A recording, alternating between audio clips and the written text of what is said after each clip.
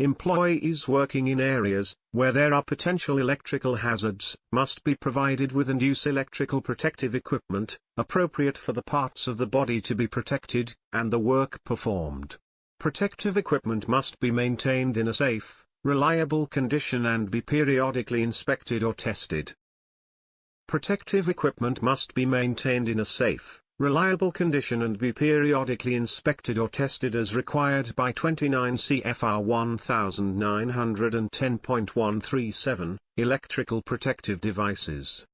Where the insulating capability of protective equipment is subject to damage during use, the insulating material must be protected by covering with leather or other appropriate materials. Non-conductive head protection must be worn wherever there is danger of head injury from electrical shock or burns due to contact with exposed energized parts. Protective equipment for the eyes must be worn where there is danger of eye and or face injury from electric arcs and flashes or flying objects resulting from electrical. General requirements for electrical PPE. PPE shall be tested and maintained according to the manufacturer's instructions.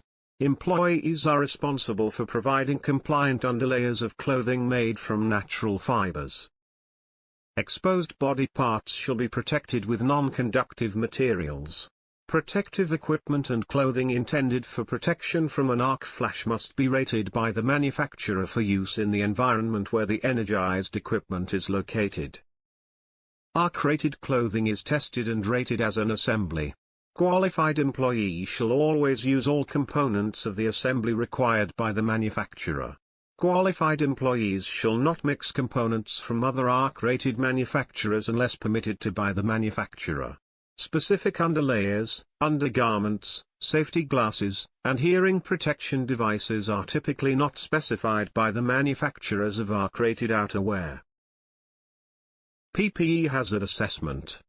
PPE hazard assessments shall be performed, using the PPE hazard assessment form, to determine if hazards are present or are likely to be present which require the use of personal protective equipment per company SMS. For each task, determine the electrical hazards and potential electrical hazards to all parts of the body and determine what PPE provides appropriate protection. Head and face protection. Non-conductive hard hats shall be worn whenever there is a danger of head injury from electric shock or burns due to contact with live parts or from flying objects resulting from an electrical arc flash explosion. Arc-rated hoods protect the entire head. Balaclavas fit over the head to cover the forehead, cheeks and chin. This protection extends down to shield the neck over a full 360 degrees. In addition, the front of the balaclava can be pulled up over the mouth to provide additional protection for the face. The protective mask does not cover the eyes. Employees shall wear PPE for the eyes and face whenever there is a danger of injury from electric arcs, flashes, or from flying objects resulting from an electrical explosion. Torso and limb protection. Employees shall wear non-conductive protection for the torso and limb whenever there is danger of injury from exposure to electric arcs, flashes, or from flying objects resulting from an electrical arc flash explosion. Electrical workers shall wear arc-rated natural fiber apparel such as long-sleeve shirts, long pants, jackets, coats, bib overalls, or coveralls to protect the torso and limbs from arc flash hazards. PPE must be arc-rated at or above the incident energy or category level of the equipment being worked on. Hearing protection. Hearing protection is required when working in the arc flash boundary. Hearing protective inserts are used to protect the employee in the event of an arc blast.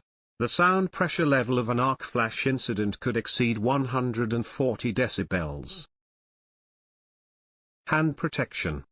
Employees shall wear rubber insulating gloves, and properly sized leather protectors, where there is a danger of hand or arm injury, due to contact with live parts or possible exposure to arc flash burn. Rubber gloves are used for shock protection.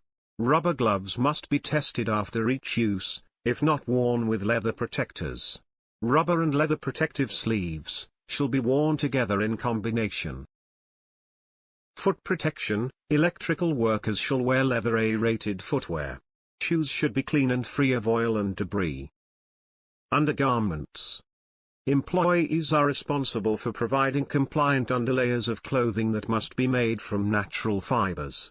Non-melting flammable garments, i.e. cotton, wool, rayon, silk, or blends of these materials, may be used as underlayers beneath our apparel. Conductive items should not be worn underneath protective clothing. Examples include jewelry, metal belt buckles, rings, bracelets. Meltable fibers such as acetate, nylon, polyester, polypropylene, or spandex shall not be permitted in fabric undergarments next to the skin.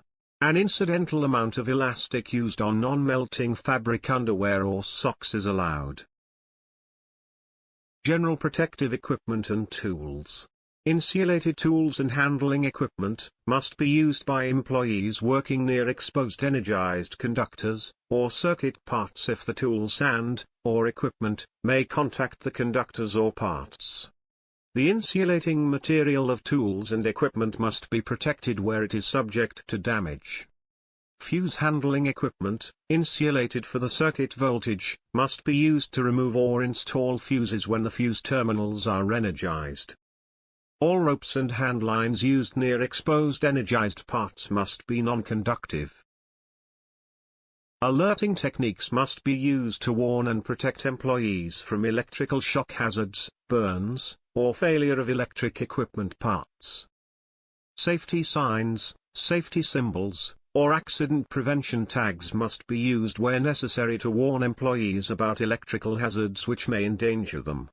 Barricades should be used in conjunction with safety signs, where necessary to prevent or limit employee access to work areas, exposing employees to uninsulated energized conductors or circuit parts. Conductive barricades must not be used where they might cause an electrical contact hazard. An attendant should be stationed to warn and protect employees, where signs and barricades do not provide sufficient warning and protection. Arc flash personal protective equipment. The following table is provided as a quick reference. Workers must ensure that they have reviewed all appropriate safety requirements before work begins.